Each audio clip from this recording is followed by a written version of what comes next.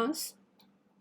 First topic of chapter 9 we have already completed, which includes the definition of imperfect competition. Afterwards, we have taken a look at the types of types of imperfect competition. Three types we have discussed: monopoly, single producer, oligopoly, few producers, and last one is monopolistic competition, large number of firms with differentiated products, which means that with the change in number of firms, there is a change in market structure. Now, after that, the next topic is that we are going to take a look at what are the factors that can create imperfect competition in market. So, there are many factors that could lead to imperfect competition. I have mentioned all these: cost and market imperfections, then barriers to entry. In barriers to entry, we are going to discuss legal restrictions, high cost of entry, and advertising and product differentiation. So let's start first with the cost and market imperfections. Technology and cost structure are going to determine that how many firms an industry can support, which means that how many firms can sustain or prevail in industry or in market will depend upon their technology or cost structure. If one of the firm has attained an economies of scale, then it can create problem for the others to exist in the same industry. First, let's take a look at what is meant by economies of scale. Economies of scale is that doubling of input and output is more than doubled is economies of scale. For instance, if two inputs are used by the firm and from that it produces two output, it's written over here. But then if the firm double the input from 2, it is increased to 4. However, output is more than doubled. More than doubled means that it is either 6 or 7 or even more. That is greater than 4. We said that the firm is operating at economies of scale. Or in other words, can we say that the average cost of a firm is reducing?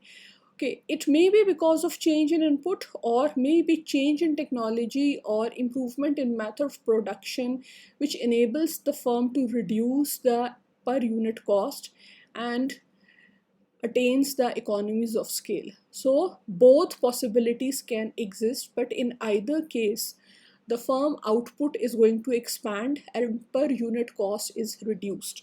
Now, if one of the firm attains the economies of scale and decides to reduce the price of the product, that since the production cost reduces, so the firm decides that it is going to cut down the price and the objective is to increase the market share.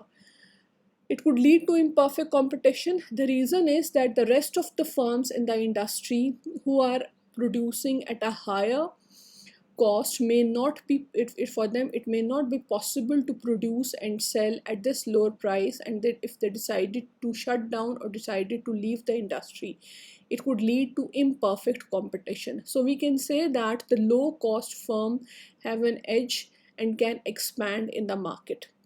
So it means that if one of the firm able to minimize the cost because of either improvement in method of production or any other reason, it will create barriers or difficulties for the other firms to exist in the same market, and that could lead to imperfect competition. That is why it is said that cost structure and technology, these are the two factors are going to determine that how many firms can exist in market in long run.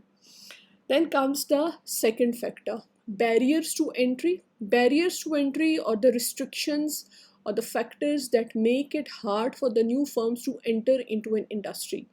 When the barriers are higher, there will be few firms and limited pressure on the firms to compete in market. It means that since the restrictions are being imposed and there are only few competitors in market, so the pressure to compete is going to be minimum as well. Now there are different barriers which exist in the market. The first barrier is the legal restrictions. Then is the high cost of entry, and then advertising and product differentiation. Let's first take a look at legal restrictions. Legal restrictions, as it is clear from the term, that these are the restrictions which are imposed by the government, and the objective is to protect the industry. That if the government knew that the industry is vulnerable or cannot compete, then certain restrictions are imposed by the government. Now, what are the different types of legal restrictions? The first one is patents.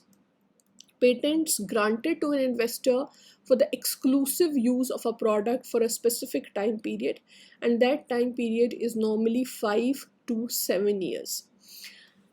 Mostly patents exist in case of manufacturing goods, and specifically the example which we are going to consider is the pharmaceutical companies.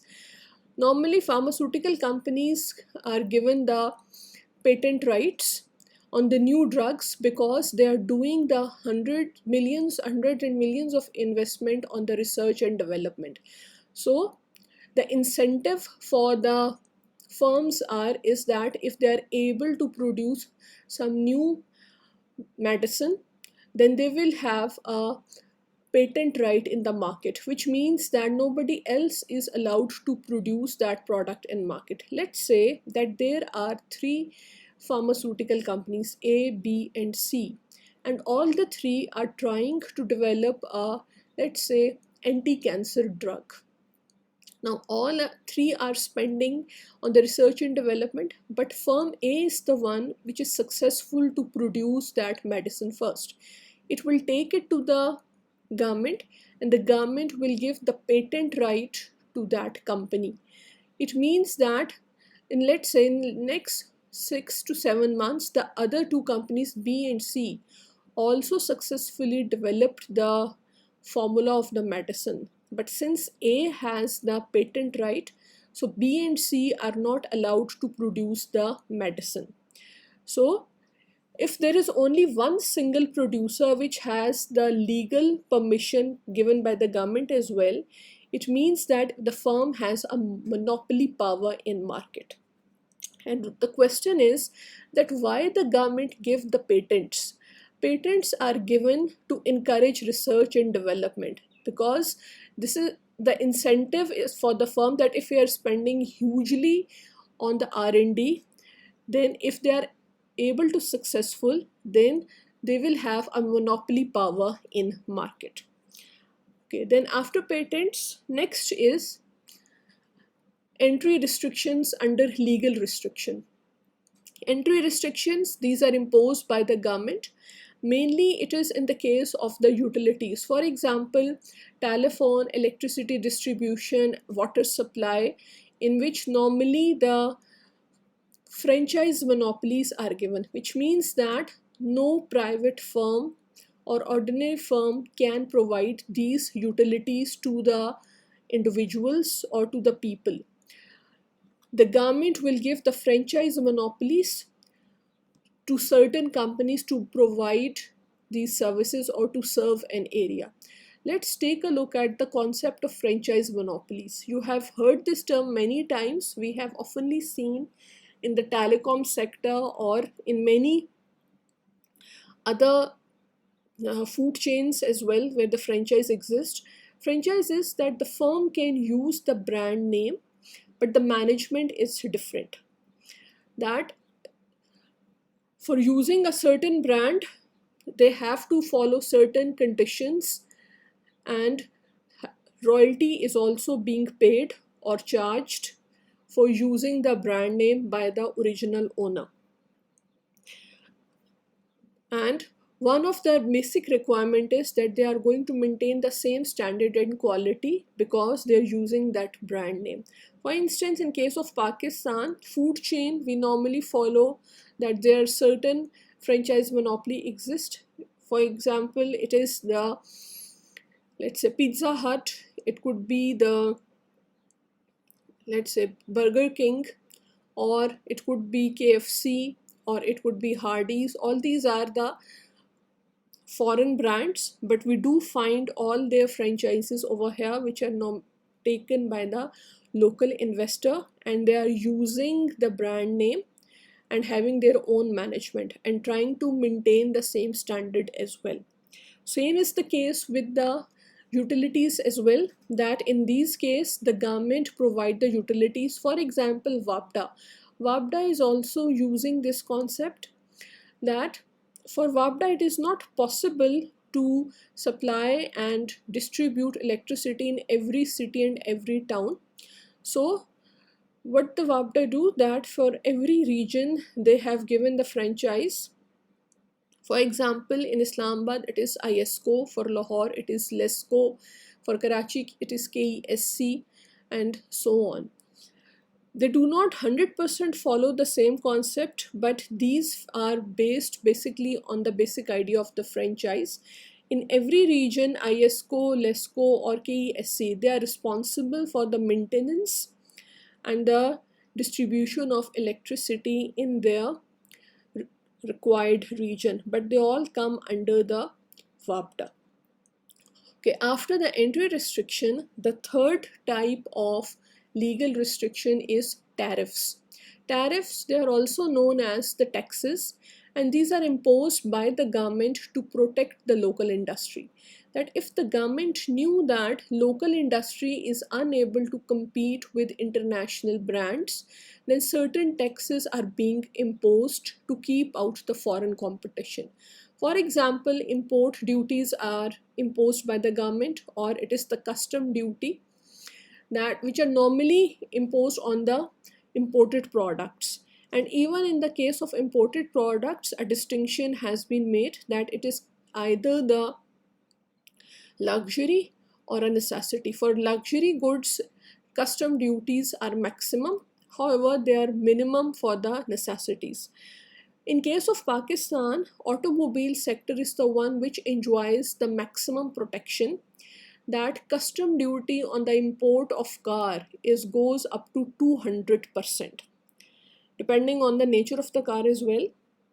So the government knew that the moment that if they cut down or reduces these tariffs, then our local automobile sector is unable to survive in the open market, cannot compete with the international brands. So to protect the local industry, the government has imposed the maximum tariffs or the maximum taxes on that. So three types of legal restrictions we have discussed. First is the patent, second is the entry restriction, and third is the tariff. Now the second type of barrier is high cost of entry. High cost of entry, that these are the economic barriers which restrict the entry of new firms in market. Economic barriers in the sense that when the cost of production is so high that the firm cannot dare to enter into the market or into industry. For example, commercial aircraft industry.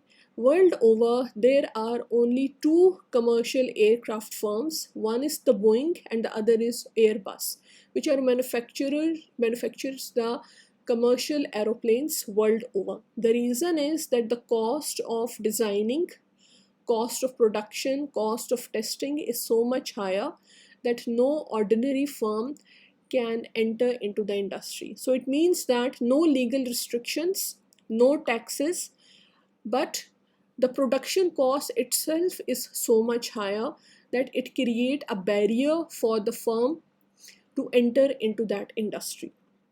So it means that there are certain barriers which exist in our markets which lead to imperfect competition. First one we have discussed is the legal restriction, and second we have discussed is the high cost of entry.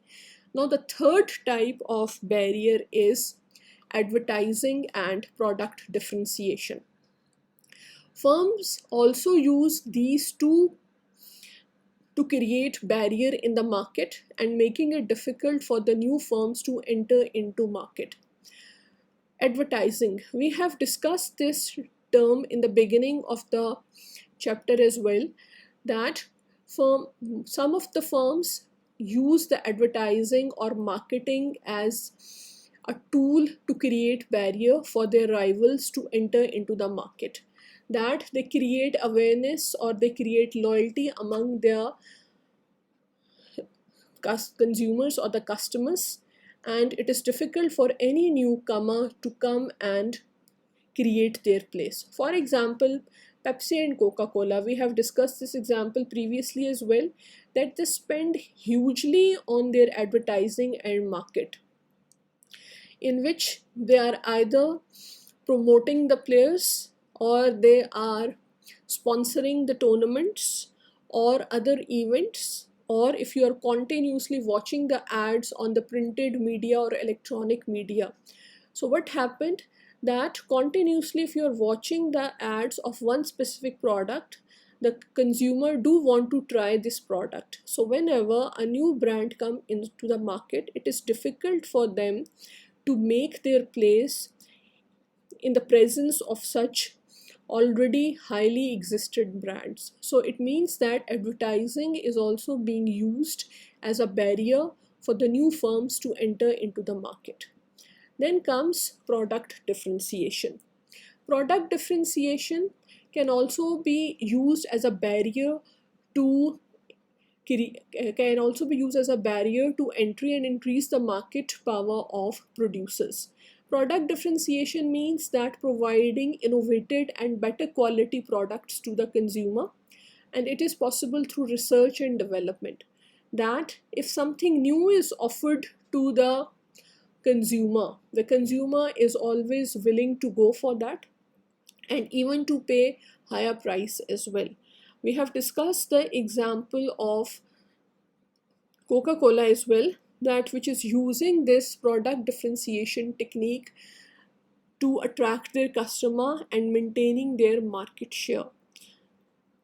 So these are the different factors which create imperfect competition in market, that cost condition, legal restrictions, high cost of entry, advertising and product differentiation, these are the different barriers which create imperfect competition in market and restrict the entry of new firms in industry. So over here, the topic is completed.